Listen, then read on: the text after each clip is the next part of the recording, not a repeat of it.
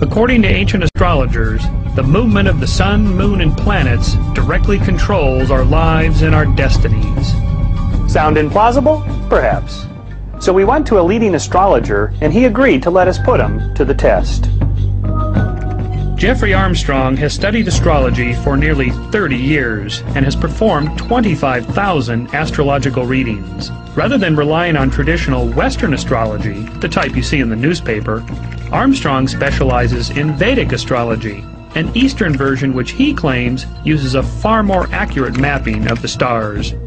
There's invisible, powerful forces that are constantly shaping our experience of life. Virginia Bowen practiced astrology for 10 years until she came to a sobering discovery. I got out of astrology because I realized that what I was really doing was practicing psychology without a license. We asked Virginia to analyze a reading Jeffrey Armstrong did for Los Angeles-based business executive Alice Seegers, a person highly skeptical of astrology. Alice and Jeffrey never spoke or met prior to the reading, and all Jeffrey was provided with was Alice's date, time, and place of birth. You're suited for executive positions.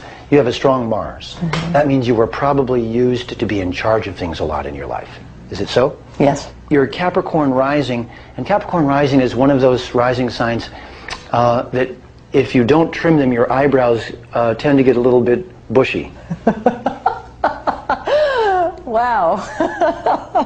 He has made his first big hit. She's been reserved up till now. He probably was able to look at her and say, this is a woman who probably plucks her eyebrows. And she responds very warmly, so he takes that and runs with it. They're now bonding. What the timing of the horoscope says is about 2 years ago, you started going through a more turbulent period.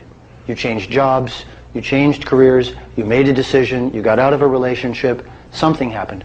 A mother or father died, something happened within your life within the last, say, 3 years. Yes. Yeah? Yes. What was it? My father died of cancer. Right. And was that a major? Yeah, it was, yes. I quit, I quit my job to be with him. That's that sweet nurturing side of your temperament that comes from the sun in Taurus, which would give up themselves out of love, and therefore you're the kind of person who, if you love someone, you love them totally. Absolutely. And give yourself completely. Absolutely. It's not a halfway thing.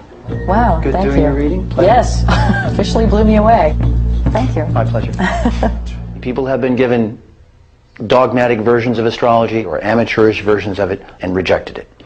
But they haven't been given the scientific version of astrology, its truest form, and thought about that. We challenged Jeffrey to use his allegedly scientific method to produce 9 more astrological readings. However, this time he couldn't see or talk to his subjects. All Jeffrey was provided with was each person's date, time, and place of birth, as well as their gender. Once he researched the charts, we videotaped each 3-minute reading, then played them back to the 9 test subjects. Jeffrey secretly watched in an adjacent room to see how well he did. Okay, here you go. Jennifer, this is you. Person A, they'll start out in the beginning of their life not as heavy, more toward the slender side, but then after the age of 40 they'll tend to put on a little bit more weight. Probably had a difficult father relationship or separation from father, wasn't around as much. There's also likelihood that this person was a dancer or a martial artist.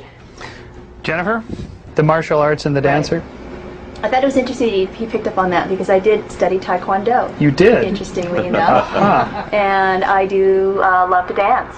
So that was pretty good. Okay. So especially, I mean, to pull martial arts out of a hat, that's not something that... That's not general. No. I had a very wonderful relationship with my father. We were extraordinarily close, so he was completely off the money on that one.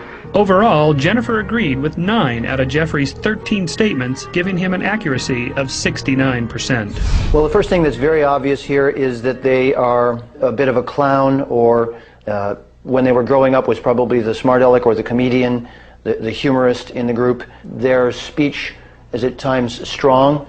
They could even be a speaker. You do have a strong voice. Yeah, a lot of people actually, when I'm working, a lot of people say, oh, you should do voiceovers. I was, up until college, very shy, not the class clown at all. The accuracy for this reading, 63%. This is definitely a person who's been a lot of places and done a lot of things. They're probably wealthy as well, or have attracted wealth. This is a good-looking person, photogenic, good dresser, and very charismatic and attractive. Did you people talk to this guy? I mean, did we tell him things about you? No. An accuracy of 89%. This is a person who has some detail ability, tends to put other people forward rather than themselves. This is a great supporting person. Definitely a caregiver. Definitely put people, it played a supportive role. Yes, I'm very detailed, very organized. For this reading, the accuracy was 71%. For the next 3 readings, Jeffrey's accuracy remained fairly consistent. This person could have bushy eyebrows, high artistic values, high aesthetic values. This also is a person who could have had car problems. We decided to test these readings in a simple way. If the statements being made were just general, then we should be able to switch the readings and still receive a high level of accuracy. We didn't tell Jeffrey Armstrong we were going to do this, nor did we tell anyone in the room. We simply played Debbie's reading and told Sharon it was hers. This person will have good children, benefits through children, a positive relationship to children. This person is not in their very best period right now. They're experiencing obstacles. This person is also someone whose relationship to their parents was good. Okay. Well, I'm an optimist and he was really wrong on some things. I have no children. My parent relationship is not good. Now experiencing a few obstacles, maybe. The best time of my life ever. Right now. Absolutely. Okay. Interestingly, the wrong reading was only 38% accurate. We then played Debbie, Sharon's reading, again, totally unbeknownst to anyone. This person would probably have more than one marriage. I would think at least 2, or it'll be difficult for them to find a partner at first, so there could be a delay. The kind of person who would do something first and think about the consequences later, or rush toward doing something before they looked at the map. The one thing where he says that I act before I think, that is so unlike me. If anything, I overanalyze things until people are sick of hearing about it, and then I do it. He talked about more than one marriage. I've only been married once. With this switched reading, the accuracy fell to only 21%. Well, for all your readings, you got the correct readings, except we flip-flopped you 2. Oh, no kidding. Yeah. We then played Debbie her actual reading. This person will have good children, benefits through children, a positive relationship to children. Well, that actually does sound a little bit more like me, I must say. First of all, I don't mean to brag, but my little girl is a charm. Her correct reading was 92% accurate. Then we played Sharon her real reading. This person would probably have more than one marriage. I would think at least 2, or it'll be difficult for them to find a partner at first, so there could be a delay. I think this is much more myself. I mean, by far and away. More than one marriage? Yes, but I waited 25 years to marry this man, so that part about waiting is true. Sharon's real reading, 94% accurate. Not only did the accuracy percentage drop dramatically when Debbie and Sharon were given the wrong readings, but when they were given the correct ones, the accuracy shot up to the highest level of all the readings. Overall, the test subjects agreed with 105 out of 137 statements, giving Jeffrey an accuracy of 77%. The master astrologer, Jeffrey, come on in.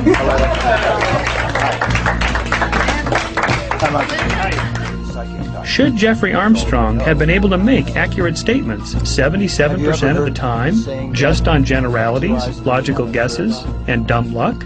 I don't think you can explain what I did as luck, because I didn't see the 9 people at all.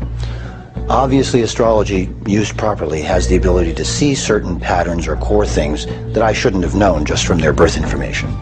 But I respect skepticism as the beginning of intelligent thought in any subject, to start out looking for reality rather than belief.